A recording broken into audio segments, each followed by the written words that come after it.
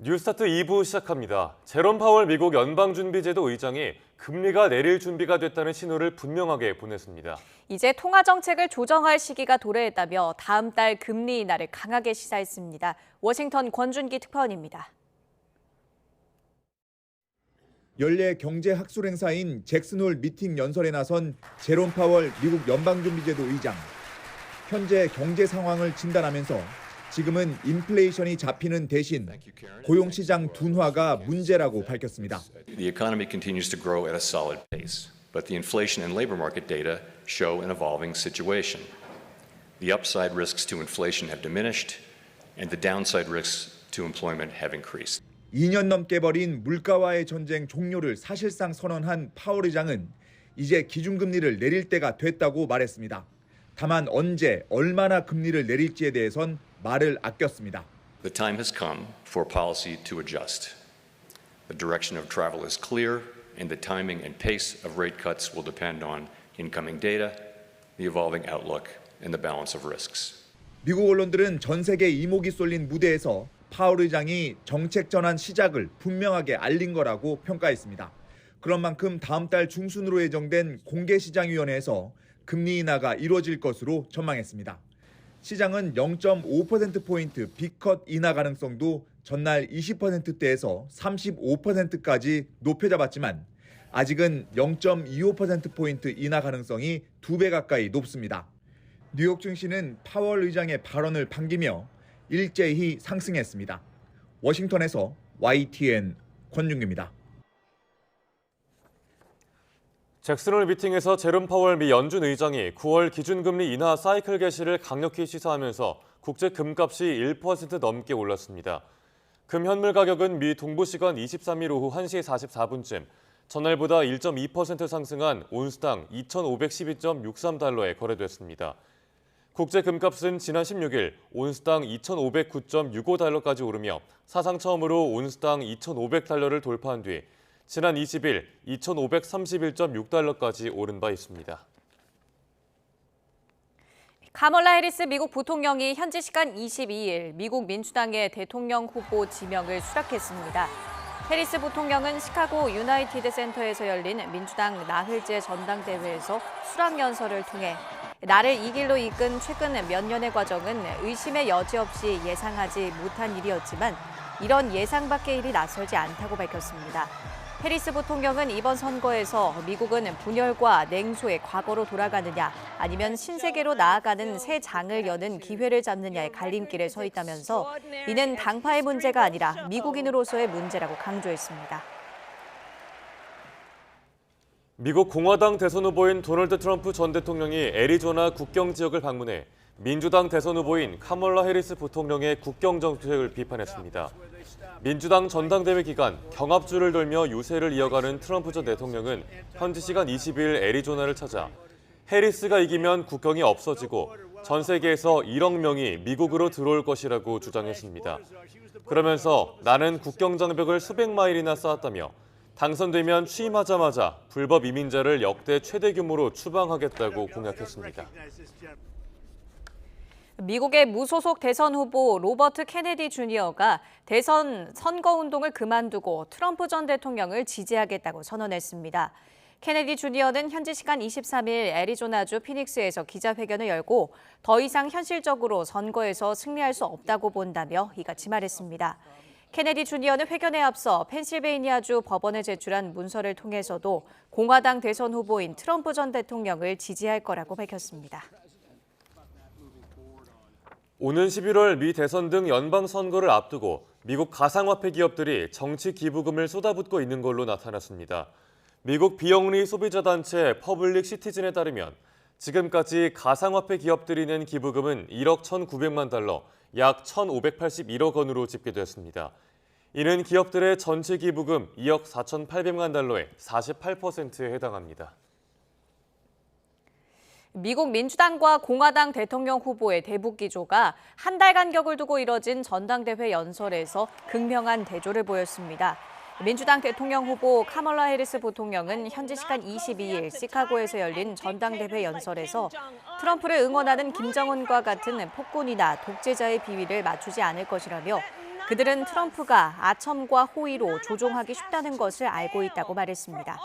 이에 반해 트럼프 전 대통령은 지난달 18일 대통령 후보 수락 연설을 통해 많은 핵무기를 갖고 있는 누군가와 잘 지내는 것은 좋은 일이라고 전제한 뒤 재집권하면 김정은과 잘 지낼 거라고 말했습니다.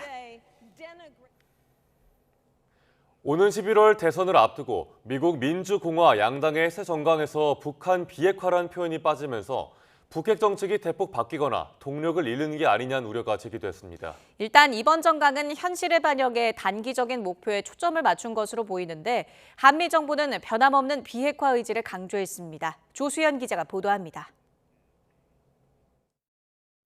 최근 미국 민주당이 공개한 정강 정책을 보면 북한의 핵미사일 위협에 맞선 한미일 협력 강화를 강조했습니다. 불법적인 미사일 역량 증강을 포함한 북한의 도발에 맞서 한국의 곁을 지켜왔고 앞으로도 그럴 것이라며 확장 억제 공약을 재확인했습니다. 그러나 그동안 명시해온 완전하고 검증 가능하며 불가역적인 비핵화, CVID 목표는 빠졌습니다. 앞서 지난달 발표된 공화당 정강에도 지난 두 차례와 달리 CVID라는 표현이 삭제됐고 한반도와 북한에 대한 언급 자체가 없었습니다. 이에 대해 일각에서는 북한의 핵무장을 사실상 용인하는 핵 군축 협상으로 전환할 가능성도 제기했습니다. 북핵 문제의 우선순위가 뒤로 밀릴 수 있다는 관측도 나오는 가운데 이번 정강은 북한이 핵 능력을 고도화하고 도발 수위를 높여가는 현실을 반영한 것이라는 분석입니다. 지난 30년 동안에 추진된 정책이 북한 비핵화라는 목표를 달성하는 데 실패했다는 경험에 비춰봤을 때 전략적인 유연성을 좀 더 확보해야 된다는 그런 합의와 이해가 이번 정강 정책에 반영된 것으로 보입니다. 이에 대해 민주당 정강에 참여한 콜린 칼 전 국방부 정책차관은 지나친 의미 부여를 경계하면서 해리스 부통령이 당선돼도 비핵화 목표는 유지될 것이라고 강조했습니다. 다만 현실적 단기적 관점에서 한일 등 동맹을 북한의 위협으로부터 보호하고 억제력을 강화하는 것을 우선순위에 뒀다는 설명입니다. 외교부도 한미 양국의 북한 비핵화 의지는 확고하다며 대선 결과와 무관하게 미국과 긴밀한 공조를 이어가겠다고 밝혔습니다. 우리 정부는 긴밀한 한미 공조를 바탕으로 억제, 단념, 대화 외교라는 총체적 접근을 통해 북한 비핵화를 위한 노력을 일관되게 추진해 나갈 것입니다. 또 정강의 모든 외교 정책이 담기는 것은 아닌 만큼 미 대선 이후 대북 정책도 더 가시화할 것으로 내다봤습니다. YTN 조수연입니다. 러시아 교도소에서 수감자들이 흉기를 휘두르며 인질극을 벌여 교정 직원 4명이 사망했습니다. 특수부대까지 투입돼 겨우 사태가 진압됐는데 인질범들은 자신들이 IS 무장 세력이라고 주장했습니다. 박영진 기자가 보도합니다. 러시아 남부 볼고그라드의 교도소에서 수감자 4명이 흉기를 휘두르며 교정 직원 8명과 다른 수감자 4명을 인질로 잡고 난동을 부렸습니다. 붙잡힌 인질들이 피투성이가 된 채 누워있는 모습 등을 촬영한 동영상도 공개하면서 인질범 중 한 명은 자신이 무자헤딘이라고 외치기도 했습니다. 또 지난 3월 모스크바 콘서트장 테러를 벌인 IS 무장 세력을 지지한다면서 러시아가 무슬림을 억압하고 있다고 횡설수설하기도 했습니다.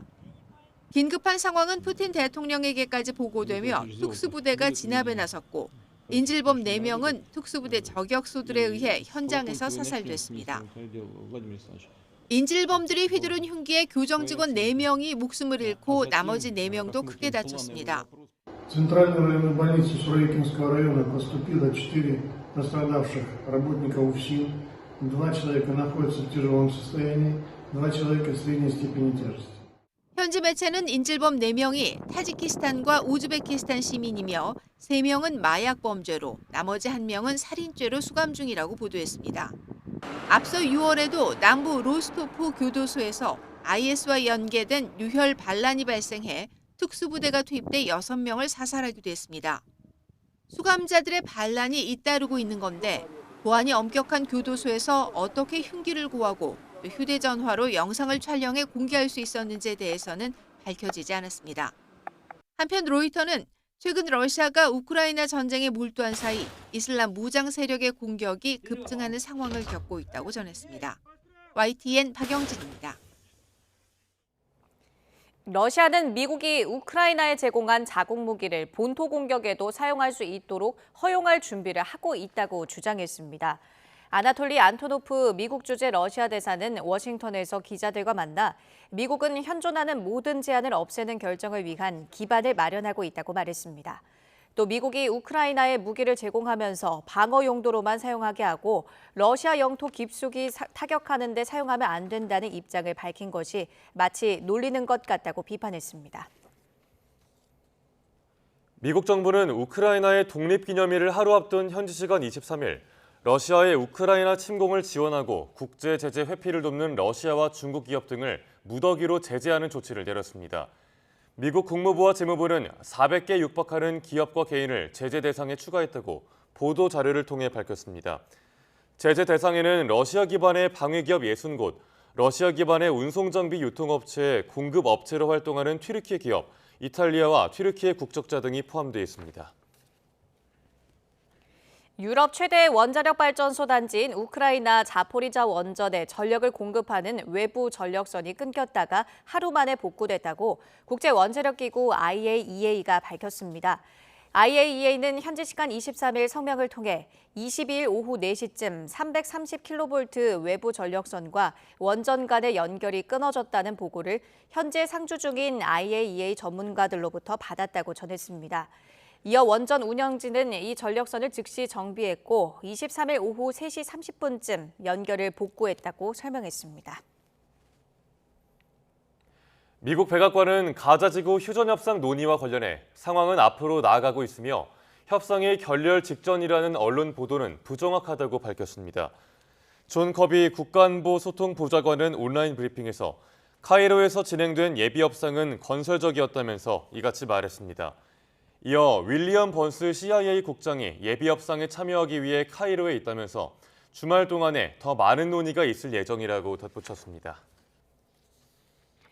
레바논의 친이란 무장정파 헤즈볼라가 이스라엘 공군 기지를 폭격했습니다.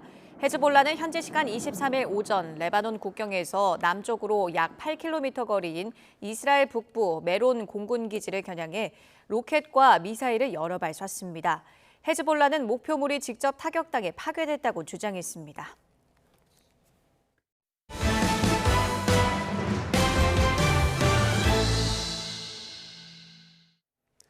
그제 저녁 7시 40분쯤 경기 부천시 중동에 있는 호텔에서 큰 불이 나 7명이 숨지고 12명이 다쳤습니다. 처음 불이 난 객실에선 타는 냄새가 새어나왔다고 하는데요. 정확한 화재 원인을 조사하기 위해 합동 감식이 진행됐습니다. 김희영 기자의 보도입니다. 여기도 배열시키죠. 노란 통제선 너머에 불을 끄기 위해 쏟아졌던 물이 흥건히 남아 있습니다. 곳곳엔 깨진 유리창도 보입니다. 해가 뜨자 간밤의 아수라장 모습은 더 선명해졌습니다. 호텔 앞에는 화재 당시 투숙객 2명이 뛰어내렸다가 숨진 에어매트가 설치됐던 흔적도 남아 있습니다. 합동 감식에 나선 경찰과 소방 등 관계자들은 처음 불이 시작된 810호 객실을 중심으로 화재 원인을 분석하기 시작했습니다. 사상자들이 발견된 계단과 복도의 구조 등도 하나하나 살핀 것으로 전해졌습니다. 화재 장소로 확인된 8층의 정확한 화재 원인 규명을 비롯해 화재 발생 이후 총 19명의 사상자가 발생한 정확한 원인을 규명하기 위해서 집중하였습니다. 화재 발생 당시 처음 불이 시작된 810호에는 아무도 없던 것으로 파악됐는데 앞서 객실을 예약했던 투숙객이 방에서 타는 냄새가 난다며 다른 방으로 바꿔달라고 요청한 탓이었습니다. 소방당국은 이 과정에서 객실 문이 열렸고 이후 방 안을 가득 채웠던 연기가 틈 사이로 빠르게 퍼져나와 피해가 커진 것으로 보고 있습니다. 810호 안에선 누전 같은 전기적 요인으로 불이 났을 것으로 추정됩니다. 계절 특성상 에어컨이 문제였을 가능성에 무게가 실렸습니다. 장소는 아마도 전기적인 요인이 가장 유력할 것으로 보고 있고 경찰은 전담 수사본부를 꾸린 뒤 호텔 관계자뿐만 아니라 투숙객 등을 상대로 조사에 착수했습니다. 현장 감식 결과를 바탕으로 주변 CCTV 영상과 목격자 진술까지 종합해 정확한 사고 원인을 밝히는 데 주력한다는 계획입니다. YTN 김이영입니다. 경기 부천시 화재 사고로 숨진 7명이 일산화탄소 중독이나 추락으로 숨진 걸로 추정된다는 1차 부검 결과가 나왔습니다. 부천 원미경찰서는 어제 5명은 일산화탄소 중독에 따른 사망, 2명은 추락에 따른 사망으로 추정된다는 국립과학수사연구원의 1차 구두소견을 받았다고 밝혔습니다. 경찰은 부검을 마친 시신을 유가족에게 인계했다며 정식 부검 결과를 확인할 예정이라고 설명했습니다. 어젯밤 서울 영등포구에 있는 전기 이륜차 배터리 충전 시설에서 불이 나자 폭발을 우려한 소방당국이 인근을 통제하고 전력을 차단해 1시간 만에 진화했습니다. 또 경기도 평택에선 아파트 지하주차장에서 차량 화재가 발생했지만 다행히 전기차는 아니어서 30여 분 만에 불길이 잡혔습니다. 사건 사고 소식 백종규 기자입니다. 인도 한쪽에 있는 전기 배터리 충전 시설에서 희뿌연 연기가 피어오릅니다. 인근을 지나는 주민이 일단 소화기로 불을 꺼보려 하지만 여의치 않습니다. 서울 영등포구 도림동에 있는 교환형 전기 이륜차 배터리 충전 시설에서 불이 난 건 어제 저녁 9시 50분쯤. 소방당국은 리튬 배터리의 경우 폭발 위험성이 있는 만큼 인근을 통제하고 전력을 차단해 1시간 만에 불길을 잡았습니다. 경찰과 소방당국은 불에 탄 배터리를 거둬들여 정확한 화재 원인을 조사할 방침입니다. 어제 오후 5시 50분쯤에는 경기 평택에 있는 아파트 지하 주차장에 세워둔 차량에서도 불이 났습니다. 불은 30여 분 만에 꺼지면서 다친 사람은 없었지만 승용차 한 대가 모두 타버렸습니다. 이 차량은 전기차는 아닌 것으로 확인됐습니다. 경찰은 차량 엔진룸에서 불이 시작된 것으로 보고 화재 원인을 조사하고 있습니다. 구청 민원실에서 흉기를 든 남성과 경찰이 대치하고 있습니다. 이후 이 남성은 도주하려다가 테이저건에 맞아 쓰러졌고 경찰 여러 명이 달려들어 제압합니다. 이 과정에서 공무원과 민원인 등이 다치지는 않았습니다. 경찰은 자세한 범행 동기를 조사하고 있습니다. YTN 백종규입니다. 일본에서 전지훈련을 하던 고려대학교 럭비부 학생이 탈진 증상으로 치료를 받다가 끝내 숨졌습니다. 고려대학교는 어제 사범대학 체육교육과 소속인 럭비부 학생 A씨가 지난 19일 일본 이바라키현 루가사키시에서 전지훈련을 받다가 탈진 증세로 쓰러졌다고 밝혔습니다. 병원에 도착할 당시 40도까지 체온이 올라던 A씨는 치료를 받다가 다음 날인 20일 끝내 숨진 걸로 파악됐습니다. 치과 치료에 불만을 품고 병원에서 폭발물을 터뜨려 불을 낸 70대에 대해 경찰이 구속영장을 신청했습니다. 광주 서부경찰서는 현주 건조물 방화 혐의로 78살 A씨에 대해 구속영장을 신청했습니다. A씨는 어제 오후 1시쯤 광주 서구 치평동에 있는 치과병원에서 가정용 부탄가스 등으로 직접 만든 폭발물을 터뜨려 불을 낸 혐의를 받고 있습니다. 그룹 방탄소년단 BTS 멤버 슈가가 17일 만에 첫 피의자 조사를 받으면서 전동 스쿠터 음주운전 혐의를 인정했습니다. 서울 용산경찰서는 어제 3시간 넘게 이뤄진 피의자 조사 과정에서 슈가가 음주운전 혐의를 인정했다고 밝혔습니다. 슈가는 지난 6일 밤 11시 15분쯤 서울 한남동 자택 근처에서 술을 마시고 전동 스쿠터를 운전한 혐의를 받습니다.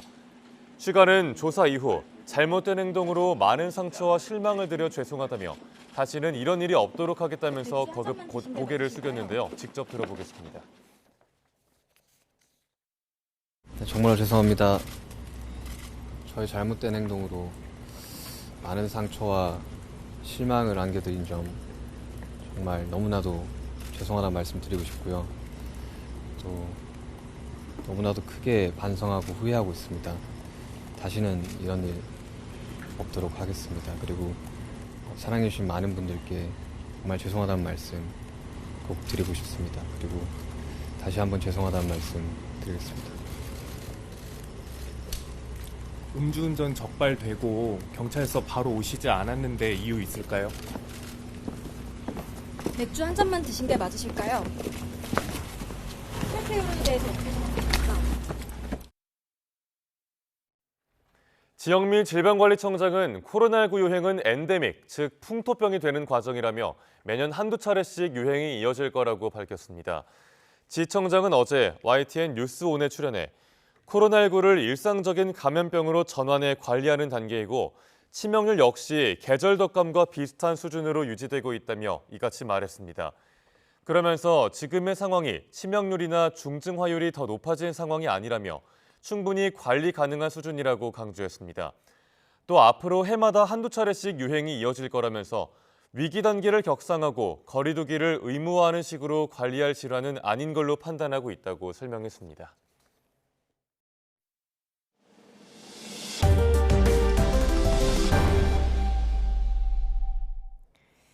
취임 한 달을 맞은 국민의힘 한동훈 대표는 민생을 여야 정치의 전장으로 만들기 위해 최대한 정치 공방을 자제했다며 소회를 밝혔습니다. 당내 장악력이 부족하다는 지적에 자신은 이견을 존중한다고 답했는데 리더십 강화와 함께 효율적인 거야 대응 전략이 과제로 떠올랐습니다. 김다연 기자가 보도합니다. 국민의힘 한동훈 대표는 지난 한 달 동안 정치 공방을 최대한 자제했다고 자평했습니다.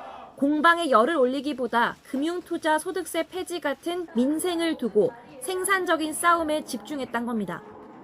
정치 목표로는 우상향 사회로의 성장과 격차 해소를 내세웠습니다. 금투세 폐지 논의 같은 민생을 여야 정치의 전장으로 만드는 것이 우리 정치를 위해서 필요하다고 생각했기 때문입니다. 당내 장악력이 떨어진다는 지적엔 민주당을 겨냥한 듯 한 명의 말을 무조건 따르는 건 정상적이지 않다며 자신은 이견을 존중한다고 답했습니다. 친한계 쪽에선 중진 의원들도 점차 마음을 열고 있고 특히 한 대표를 외롭게 하지 말라는 대통령 말이 무엇을 의미하겠느냐며 당정 관계는 문제 없다고 힘을 실어주고 있습니다. 하지만 최상병 특검법과 김경수 전 경남도지사 복권 등 일부 사안을 두고 대통령실과 엇박자를 내는 모습이 당내 여론에 부정적인 영향을 미친다는 목소리도 여전합니다. 친윤계 재선 의원은 YTN에 차별화 전략도 좋지만 그 방향이 당과 더 나아가 윤석열 정부에 도움이 돼야 한다고 지적했습니다. 국회의원이 아닌 원외 대표로서 거대 야당의 공세에 효율적으로 대응하기 위한 전략도 절실하다는 평가입니다. 야권이 친일 프레임으로 정부 여당의 역사관을 공격하는 동안 지도부는 뭐 했느냐는 쓴소리도 나왔습니다. 민주당은 그렇게 거세게 우리를 공격했음에도 불구하고 우리 당 지도부는 거기에 대해서 대변인들 성명 몇 개 이외에는 아무도 반응하지 않는 모습을 보면서 정말 좀 실망을 했습니다. 곧 열릴 여야 대표회담이 정치력의 시험대가 될 전망인데 뇌관은 한 대표 자신이 띄운 제3자 추천 방식의 최상병 특검법이 될 거란 전망입니다. 당론은 특검법 반대인데다 민주당은 한 대표 제안을 받겠다며 한 발 물러서는 척 자체 법안 발의를 압박하고 있기 때문입니다. 아직은 한 달밖에 안 됐으니 더 지켜봐야 한다는 게 당내 대체적인 분위기입니다. 한 대표 자신이 내세운 국민 눈높이와 유능함 그리고 외연 확장이라는 취임 일성은 계속 풀어나가야 할 숙제로 보입니다. YTN 김다연입니다. 한동훈 대표는 오는 10월 예정된 재보궐선거 공천권을 시도당에 맡기기로 결정했습니다. 국민의힘 핵심 관계자는 조만간 지도부 논의를 거쳐 공식 발표할 예정이라며 이같이 밝혔습니다. 이어 본래 당헌 당규상 기초단체장 후보는 시도당 공천관리위원회가 추진하도록 돼 있다며 지역 민심에 대응하는 현장 밀착형 인재를 뽑기 위한 취지라고 설명했습니다. 야당은 검찰 수사팀이 무혐의 결론을 낸 김건희 여사 명품 가방 사건과 함께 정부의 역사관을 고리로 연일 여권의 파상 공세를 이어가고 있습니다. 국회 법제사법위원회에는 민주당이 발의한 김 여사 특검법이 또 하나 상정됐습니다. 나혜인 기자입니다. 민주당은 검찰이 김건희 여사에게 면죄부를 선물해 공직자의 배우자가 자유롭게 금품을 받을 수 있는 모세의 기적을 만들었다고 비꼬았습니다. 때마침 국민권익위원회는 공직자가 아니면 금액 제한 없이 명절 선물을 줘도 된다는 홍보에 나섰다며 블랙 코미디가 따로 없다고 성토했습니다. 배우자에게는 오해해서 주면 무제한 허용됩니다. 권익위가 대놓고 공직자에게 금품을 제공할 수 있는 탈법 수단을 가르쳐 주고 있습니다. 결산 심사를 위해 열린 국회 법제사법위원회 회의장도 검찰을 향한 성토장으로 변했습니다. 국민의힘은 수사팀이 법적으로 타당한 판단을 내렸다고 엄호했지만 공직자의 배우자가 금품을 수수했을 때 처벌하는 배우자를 처벌하는 조항은 없습니다. 부정한 청탁이 있었던 것도 아니고요. 김 여사 명품 가방 사건과 주가 조작 연루 의혹을 수사할 특검법은 야당 주도로 또 한 건 상정됐습니다. 민주당은 광복절을 앞두고 불붙은 역사관 논란 역시 입법으로 매듭짓겠다고 벼르고 있습니다. 일제 식민 지배를 미화한 인사를 고위공직에 임명할 수 없게 하는 법안을 마련해 당론으로 추진할 준비를 하고 있습니다.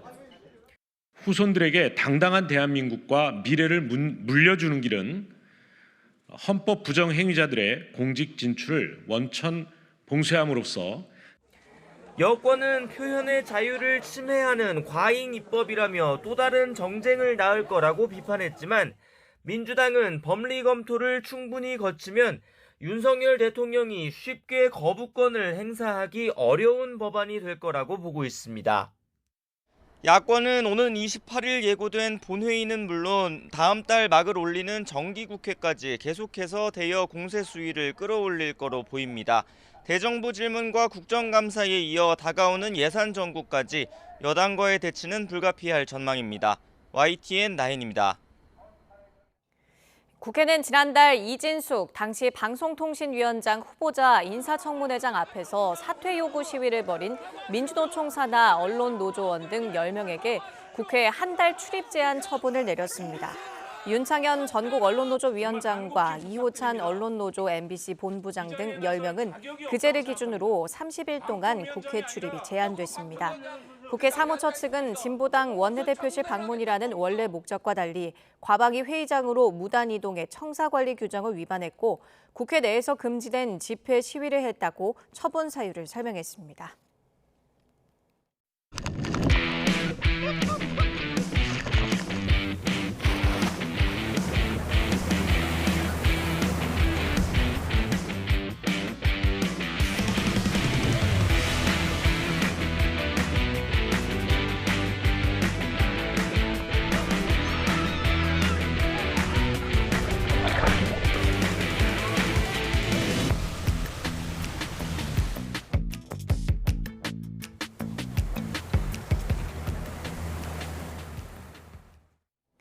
꺾일 줄 모르는 더위의 기세에 바닷가 양식장에는 비상이 걸렸습니다. 물이 차기로 유명한 동해도 수온이 높아져 주의보가 내려진 가운데 양식 어류가 하루에도 무더기로 죽어나가고 있습니다. 이윤재 기자가 취재했습니다.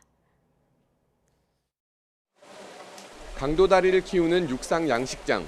수조에서 뜰채를 휘저으며 죽은 물고기를 건집니다. 최근 양식장에 공급되는 바닷물 온도가 30도 이상으로 오르면서 견디지 못하고 집단 폐사한 겁니다. 강도다리 양식 적정 수온은 16에서 18도, 26도를 넘으면 폐사가 시작됩니다. 횟감으로 팔아야 할 물고기 2만 마리 정도를 키우던 수조입니다. 하지만 고수온 영향으로 모두 폐사하면서 이렇게 텅 비었습니다. 하루 사이 죽어나간 치어는 1만 마리 정도, 1년을 더 키워 팔았으면 적어도 3천만 원은 벌 수 있는 양입니다. 성어는 물론이고 치어까지 죽어나간 탓에 양식어민들은 폐업을 고민할 지경입니다. 고수온이 유지된다고 봤을 때는 10만 미 이상의 폐사 피해가 날 것 같고 전체 사용 미수 대비 3분의 1까지도 폐사가 날 우려가 있습니다. 현실적으로 지금 폐업을 지금 고려할 정도로 힘든 상황입니다. 액화산소를 주입하고 펌프도 쉼없이 돌리지만 폐사를 막기엔 역부족입니다. 오히려 전기요금 부담에 미치는 장사를 해야 할 판. 불황의 수산물 소비마저 줄어 그야말로 고사위기에 내몰렸습니다. 지자체는 피해를 조금이라도 줄일 수 있게 지원에 나섰습니다. 액화산소를 공급하는 거라든지 또 순환펌프나 히트펌프를 지속적으로 양식어가에 공급을 하고 얼음 등과 같은 재래식 방법 등도 여러 가지 대책을 양식어가와 함께 간신히 버티고는 있지만 식을 줄 모르는 폭염 기세에 고수온 현상이 9월 말까지 이어질 거란 전망이 나오면서 양식어민들의 시름은 깊어지고 있습니다. YTN 이윤재입니다. 최근 지나간 태풍 종다리는 올해 처음 한반도로 북상하면서 제주가 영향권에 들었지만 다행히 큰 피해는 없었습니다. 고수온 해역을 지나면서도 강한 태풍으로 발달하지 못했기 때문입니다. 하지만 앞으로 강력한 태풍 북상 가능성도 있습니다. KCTV 제주방송 김용원 기자입니다. 이번 달 발생한 제5호 태풍 마리아부터 8호 태풍 우쿤까지 태풍 4개는 모두 비슷한 경로로 일본으로 향했습니다. 한반도의 더운 티베트 고기압, 그리고 일본 동쪽에 치우친 북태평양 고기압이 자리 잡으면서 태풍이 경계선인 가장자리를 타고 올라왔기 때문입니다. 하지만 제9호 태풍 종다리의 이동 경로는 달랐습니다. 북태평양 고기압이 서쪽으로 빠르게 확장하면서 제주 해역과 한반도로 태풍의 길이 만들어진 겁니다. 이것은 북태평양 고기압이 보다 예전에 동쪽에서 위축되어 있던 그런 가장자리가 조금 더 서쪽으로 확장해 옴에 따라 이렇게 태풍이 발달할 수 있는 환경도 이렇게 서쪽으로 조금 더 확장 이동해 있는 상태라고 보시면 되겠습니다. 올해 첫 한반도로 북상했지만 태풍 종다리는 세력을 키우지 못했습니다. 중심북은 최대 풍속이 태풍 기준인 초속 17m 수준에 그쳤고 제주 해상을 지나면서 풍속이 더 떨어져 열대 저압부로 약해질 것으로 예보됐습니다. 상대적으로 고위도에서 발생했고 불과 하루 만에 육상에 상륙하면서 고수온 해역에서 충분한 에너지를 공급받지 못한 것으로 분석되고 있습니다. 더욱이 한반도에 더운 고기압층이 버티고 있는 이른바 대기장이 형성되면서 태풍이 발달할 수 있는 바다 환경임에도 불구하고 힘을 얻지 못한 겁니다. 태풍 종다리와 비슷한 위치에서 발생했던 2020년 태풍 바비가 대기장의 영향을 받지 않으면서 매우 강한 태풍으로 발달한 것과는 대조적입니다. 이게 남쪽 해상에서 고수온 해역에서 점차 발달을 하면서 북상을 하는 것이 일반적이지만 현재 이 태풍이 위치하고 있는 대기 상부로는 이 안정하고 따뜻한 고기압이 자리 잡고 있기 때문에 태풍이 추가적으로 발달하는 그러한 조건을 억제하고 있는 그러한 조건으로 작용을 하고 있는 상태입니다. 우리나라 해역의 수온이 여전히 높기 때문에 대기 조건이 달라지는 가을철에는 더욱 강한 태풍이 발생할 수 있다는 관측이 나오고 있습니다. 너무 고위도에서 발생하고 이제 대기장 조건도 안 좋아서 그렇지 지금 이제 가을이 되면 태풍의 이제 길이 좀 더 열려서 우리나라 쪽으로 태풍이 올 확률이 많아지거든요. 저희 저위도에서 발생해서 우리나라로 오면 이게 높아진 수온 때문에 태풍이 충분한 시간을 갖고 발달할 수가 있거든요. 그러면 우리나라에 이제 강력한 태풍이 도달할 수가 있는 거죠. 한반도로 올라온 첫 태풍도 더위의 기세를 꺾지 못하면서 당분간 제주는 열대야와 30도가 넘는 폭염이 이어질 것으로 보입니다. KCTV 뉴스 김용원입니다. 일본이 후쿠시마 원전에서 나온 오염수를 바다로 내보내기 시작한 지 오늘로 꼭 1년이 됐습니다. 지난해 이맘때만 해도 수산물 안전에 대한 소비자의 걱정이 컸는데 지금은 어떨까요? 최하영 기자가 현장 다녀왔습니다. 제가 나와 있는 이곳은 노량진 수산시장입니다. 일본이 후쿠시마 오염수를 방류한 지 1년이 지난 지금 시장 모습은 어떤지 직접 살펴보겠습니다. 시장 이곳저곳을 둘러보니 수족관마다 봄이나 능성어 등 일본산이라고 적힌 어종들이 쉽게 눈에 띕니다. 방사능 오염에 대한 걱정으로 일본산을 기피했던 1년 전과는 사뭇 다른 모습입니다. 마지막이니까 먹자 이런 식으로 해가지고 오신 분들이 많아요. 근데 올해는 별로 그런 거 못 느끼겠어요. 그럼. 지난해 일본의 오염수 방류 전 최후의 만찬이라며 횟감을 사갔던 손님들. 발길을 끊지 않고 여전히 수산물을 찾고 있습니다. 여기 모둠에 좋다 그래서 모둠에 주문했어요. 지금은 그런 거 별 상관없는 것 같은데요. 예. 이 사람 저 사람 다 잘 먹는 것 같아요. 예. 올해 상반기 일본산 수산물 수입은 18,000여 톤으로 후쿠시마 원전 방류 직전인 지난해 상반기보다 13% 더 많습니다. 상반기 기준으로 7년 만에 최고치입니다. 정부는 지난 1년 동안 우리 해역과 수산물에 대해 방사능 수치를 검사한 결과 안전 기준을 벗어난 사례는 단 한 건도 없었다고 밝혔습니다. 국내산과 일본산 수산물은 물론이고 우리 해역과 천일염 등 4만 9천여 건 모두 적합 수준으로 판단했습니다. 하지만 일부에선 여전히 불안의 목소리도 있습니다. 는 조금 이제 가리는 편이고요. 네, 특히 뭐 일본산 폐류나 이런 것들은 좀 안 먹으려고 하는 편입니다. 일단 버리는 것 자체가 이제 좋지 않은 걸 버리는 거기 때문에 또 무작위 추출인 정부의 조사 방법을 바꿔야 한다는 지적도 있습니다. 가장 가능성이 높고 문제가 있을 수 있는 것부터 그게 조사가 되고 그걸 바탕으로 좁혀 나가는 방식이 그게 과학적이고 무조건 무작위적으로 해서 한다라고 하게 되면은 과학적인 그런 조사는 전혀 아닌 것 같습니다. 지난 1년 동안 수산물에 대한 극단적인 소비 위축은 없었지만 우려의 눈초리는 아직 남아 있습니다. 우리 정부가 안전관리에 긴장의 끈을 놓아선 안 되는 이유이기도 합니다. YTN 최하영입니다.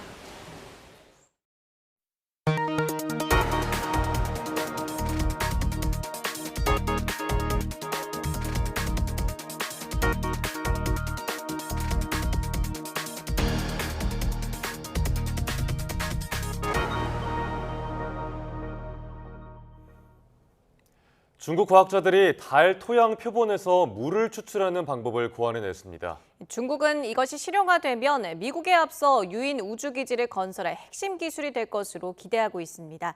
베이징 강정규 특파원입니다. 지난 2020년 12월 창어 5호가 달 앞면에서 채취해온 토양 표본입니다. 섭씨 800도까지 가열해보니 검은색 나노 입자에서 기존에 없던 흰색 물질이 생겨납니다. 수십억 년 동안 태양풍을 맞으며 달 표면에 축적된 수소가 산화철과 반응해 물을 만들어낸 겁니다. 当时就是加热月亮态铁矿，想要去看到氦的释放，结果没有看到氦的释放，看到了满瓶气泡的生成，把我给惊讶到了。 중국 과학자들은 달 토양 1g에서 최대 76mg의 물을 추출할 수 있다는 연구 결과를 발표했습니다. 1톤이면 500ml 생수 100병 분량, 식수는 물론 작물 재배로도 활용할 수 있다는 주장입니다. 햇빛과 오목거울로 달 표면을 달고 대량의 수증기를 포집하는 구체적 방법도 제시했습니다. 它的固态反应所需要的最低温度大约是500摄氏度左右，用激光镜汇聚的这个光能就完全可以达到这个温度。 물을 다시 전기 분해하면 인간의 호흡에 필요한 산소와 연료로도 쓰이는 수소를 얻을 수 있습니다. 가열로 녹아내린 토양과 철 같은 부산물은 우주기지를 세우는 건축 자재가 됩니다. 最快呢，我们可以在嫦娥8号，应该是在2030年之前发射一个验证性的科研装置到月球上去做一些实验。 중국은 2035년까지 달에 연구기지를 짓겠다며 국제협력기구도 창설했습니다. 지난 6월 미국을 제치고 인류 최초로 달 뒷면에서 캐어온 토양 표본 연구는 이제 막 시작 단계입니다. 베이징에서 YTN 강정규입니다. 갈수록 중요성이 커지는 탄소 중립을 위해 자원 재활용이 화두로 떠오르고 있는데요. 이에 발맞춰 한국수자원공사가 순천에서 시민단체 등과 함께 재활용 놀이터를 추진합니다. 김범한 기자가 다녀왔습니다. 광주와 전남 지역에 마실 물과 공업용수를 공급하는 다목적 댐입니다. 사람과 자연이 조화를 이루는 물관리를 목표로 하는 한국수자원공사에서는 물의 소중함을 널리 알리고 있습니다. 조암댐 재활용 놀이터 프로젝트를 통해 폐플라스틱을 활용한 업사이클링 플랫폼을 운영하고 지속가능한 탄소 중립 실천 모델을 만들기 위해 다음과 강에 협력한다. 이번에는 조암댐의 사회적 가치를 공유하고 탄소 중립을 실천하기 위해 조암댐 재활용 놀이터가 설치됩니다. 주민들이 좀 주도해가지고 뭔가 필요한 환경 활동을 해보겠다라고 하는 의미 있는 활동입니다. 그렇기 때문에 이 활동을 기점으로 해서 많은 농촌 지역과 그리고 면 지역, 읍 지역에서도 기후 위기와 탄소 중립을 위한 활동을 함께 할 수 있었으면 좋겠습니다.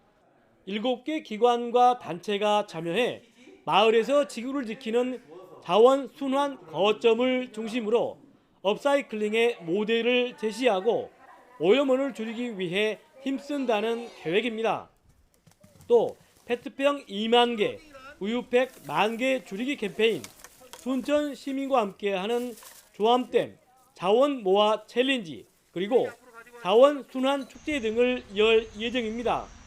마을에서 폐자원을 재활용하는 자원 재활 시스템에 체험 공방, 전시, 자원 순환 축제 등의 놀이를 접목해서 버텀업 방식으로 환경 개선 문화를 전파하는 사업입니다. 그리고 본 사업이 마중물이 되어서 전국적으로 탄소 중립을 확대 실천하는 데 목적이 있습니다. 무엇보다 주민이 주도해 탄소 중립 실천과 기후 위기를 극복하기 위해 나서는 조암댐 재활용 놀이터 프로젝트.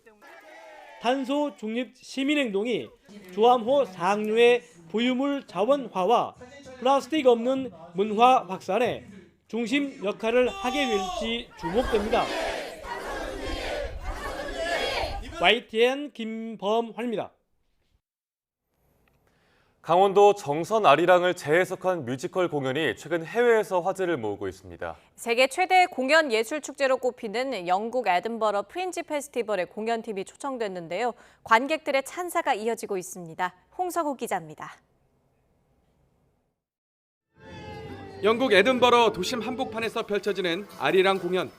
한복을 곱게 차려입은 공연팀에게 관심이 집중됩니다. 거리 공연을 마치고 이어진 정식 공연 반응은 더 뜨겁습니다. 객석은 관객들로 가득 차고 공연이 마무리되면 환호와 박수갈채가 어김없이 이어집니다. 지난 1일 개막한 영국 에든버러 프린지 페스티벌에 정식 초청된 뮤지컬 아리아라리. 에든버러 국회의사당 메인홀 공연을 시작으로 연일 수천 명 관객을 동원했습니다. 다른 어떤 공연에 비해서 상당히 반응이 뜨겁고요. 거의 만석을 채울 정도로 호응은 굉장히 좋습니다. 뮤지컬 아리아라리는 유네스코 인류 무형문화유산으로 지정된 강원도 정선 아리랑에 현대적 음악과 안무를 입혔습니다. 한민족의 삶과 애환을 담은 구슬픈 노래로 마음을 울리고 이어진 신명나는 사물놀이 한마당으로 관객들의 어깨를 들썩이게 합니다. 영국의 주요 평론 사이트에서 평점 5점 만점을 받아 작품성과 대중성을 인정받았고 BBC도 공연팀을 소개하며 K컬처를 이끌어가기에 손색 없다고 평가했습니다. 정선 아리랑을 가지고 뮤지컬이라든지 어떤 연극 이런 것들을 지속적으로 좀 연구를 해서 대한민국을 전 세계에 알리는 그런 것들을 지속적으로 노력해 나가고자 계획을 하고 있습니다. 2018년 첫 공연 이후 관객들의 꾸준한 사랑을 받는 뮤지컬 아리아라리. 이제 세계인의 마음을 사로잡고 있습니다. YTN 홍석입니다. 가수 H.O.T와 보아, 이효리와 비는 모두 대표적인 K-팝 1세대인데요. 이후 BTS와 블랙핑크를 넘어 뉴진스와 라이즈까지 최근엔 5세대 K-팝 가수들이 활발하게 활동하면서 K-팝의 역사를 이어가고 있습니다. K-팝의 어제와 오늘을 한눈에 살펴볼 수 있는 행사가 캐나다 밴쿠버에서 열려 눈길을 끌었습니다. 이은경 리포터가 카메라에 담았습니다. 1990년대 큰 인기를 끌었던 그룹 H.O.T의 대표곡 캔디에 맞춰 커버 댄스가 펼쳐집니다. 이어 본격 K-팝을 세계화로 이끈 3세대 엑소와 방탄소년단의 공연과 최근 팬층을 전 세계로 넓혀가고 있는 4세대 에스파와 뉴진스 공연까지 K-팝의 과거와 현재까지 20여 년 역사를 한눈에 살펴볼 수 있는 이른바 K-팝 연대기 플래시몹이 캐나다 밴쿠버에서 열렸습니다. I love it. I actually love the fact that she's doing this stuff because usually she's shy, but the fact that when she comes to do something like this, she comes out of her shell and just everything, the magic happens. 캐나다에서 댄서로 활동하는 레아리 씨와 K-팝 댄스 학원을 운영하는 강조은 씨가 손잡고 기획한 행사입니다. 그동안 캐나다에서도 크고 작은 K-팝 축제가 많이 열렸지만 K-팝 1세대부터 5세대까지 한눈에 살펴볼 수 있는 플래시몹 형태의 공연은 이번이 처음입니다. 많은 고난들을 이겨내면서 기획을 했고 연습은 전체 연습 딱 한 번 있었어요. 시간들이 다 이제 안 맞다 보니까. 캐나다 전역에서 약 30팀이 참가한 플래시몹은 돌아가면서 각자 준비해온 커버 댄스를 선보이는 방식으로 진행됐습니다. 최근에 새 그룹이 생겼는데 그 제로 베이스 원이라고요. 네, 작년에 서바이벌 쇼 통해서 제가 그걸 봤거든요. 그리고 그 캐나다에서 온 멤버도 있다고 들어서 되게 존경스럽고 관객들의 열띤 호응에 고무된 레아리 씨와 강지원 씨는 연대기 행사를 앞으로 더욱 확대해 나가겠다는 각오입니다. 캐나다 밴쿠버에서 YTN 월 이은경입니다.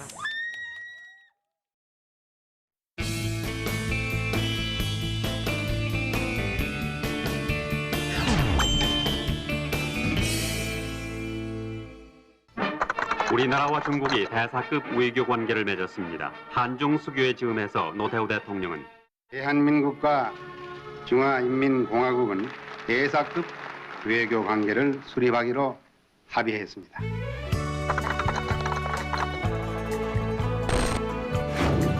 메이드 인 차이나 제품은 어디에서나 볼 수 있을 정도로 우리 생활 곳곳에 스며들어 있습니다. 직접 투자도 늘어났는데 올 상반기까지 58억 달러를 기록하면서 중국은 이제 미국을 제치고 우리의 최대 투자국이 됐습니다. 중국이 가지려고 하는 것은 우리가 가지고 있고 또 우리가 가지지 못했던 넓은 시장이 중국에는 존재하고 있었기 때문에 인기 드라마 대장금이 중국어로 더빙돼 방영되면서 한류 열풍에 힘입어 교역 규모의 성장과 함께 정치적인 유대도 강화되고 있다고 분석했습니다. 북한이 모든 핵무기와 기존 핵 계획을 검증 가능한 방법으로 폐기하는 것을 처음으로 약속한 것에 의미를 부여했습니다. 특히 의장국인 중국의 노력을 높이 평가했습니다. 양국 관계를 전략적 협력 동반자 관계로 격상하기로 두 나라가 지금까지 관계 발전 성과를 뛰어넘는 새로운 협력의 시대를 열어가기로 합의했습니다. 시진핑 중국 국가주석이 이례적으로 한국을 먼저 방문했습니다. 한중 FTA 타결과 발효로 양국 관계는 정점을 찍었습니다. 유리로 된 우리안, 한다가 한국당이 나선 지 고개를 두리번거립니다.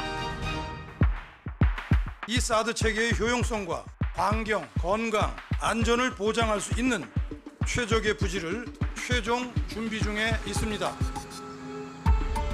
사드 배치 결정 이후 양국 관계는 순식간에 얼어붙었고 중국 정부는 한한령 조치와 함께 한국 기업을 상대로 보복했다. 또 미국과 중국과의 갈등 격화로 중국에서 대규모 반도체 공장을 운영하는 국내 업체의 경영 불확실성은 고조되고 있다.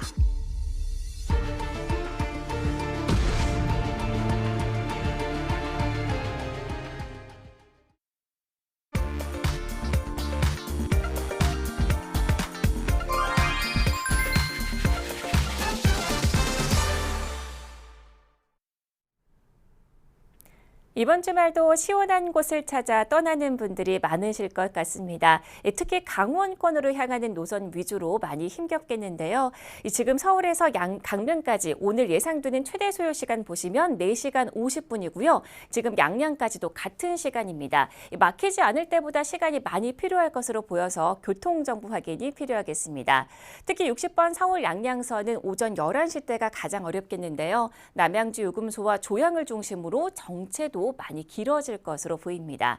아직까지 정체 구간이 많이 길진 않지만 그래도 빠르게 정체 구간이 생겨납니다. 50번 영동선 강릉 쪽은 용인에서 양지터널까지 6km 구간 막히고 52번 광주 원주선도 원주 쪽 초월 부근에서 짧은 구간 정체 시작됐습니다. 60번 서울 양양선도 초입 구간에서 막히는데요. 남양주 부근까지 7km 구간 속도 떨어집니다. 한편 날씨가 더울 때에는 계곡 찾아 떠나는 분들도 계시죠. 지금 100번 고속도로는 경기 북부 지역 포함해서 전 구간 아직 괜찮고요. 1번 경부고속도로 상황도 좋습니다. 15번 서양고속도로 목포 쪽은 금천 부근에서 잠깐 정체인데 오늘 곳곳으로 안개가 자욱한 구간들이 많습니다. 보시는 것처럼 가시거리가 많이 짧은 상황이니까요. 안개등과 비상등을 잘 활용하면서 사고 나지 않도록 해주시기 바랍니다. 운전할 땐 항상 앞을 잘 봐주시고요. 고속도로 교통방송이었습니다.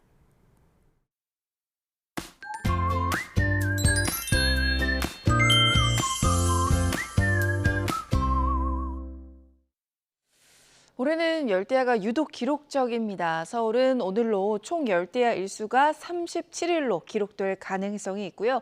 제주도도 연속 40일째 열대야가 발생하면서 역대 2위를 경신하고 있습니다. 오늘도 우산이 필요합니다. 대기 불안정으로 밤까지 곳곳에 소나기가 올 텐데요. 양은 5에서 60mm로 강우량의 편차가 크겠고 돌풍과 벼락을 동반한 강한 소나기가 예상됩니다. 오늘 남부지방은 아침 9시 정도까지 안개 안개가 짙게 끼겠습니다. 또 오늘까지 달의 인력이 강해 바닷물의 높이가 높은 기간입니다. 해안가 저지대 침수 발생하지 않도록 대비 잘 해주시기 바랍니다. 현재 기온 살펴보겠습니다. 서울이 25.2도, 강릉이 28.5도로 대부분 지방에서 열대야가 나타났고요. 낮 기온은 서울이 33도, 대전도 33도, 대구는 35도까지 오를 것으로 보입니다. 내일과 모레는 남부지방을 중심으로 비 예보가 들어 있습니다. 날씨였습니다. 뉴스타트 2부 마칩니다. 잠시 후 3부가 이어집니다. 시청해주신 여러분 고맙습니다.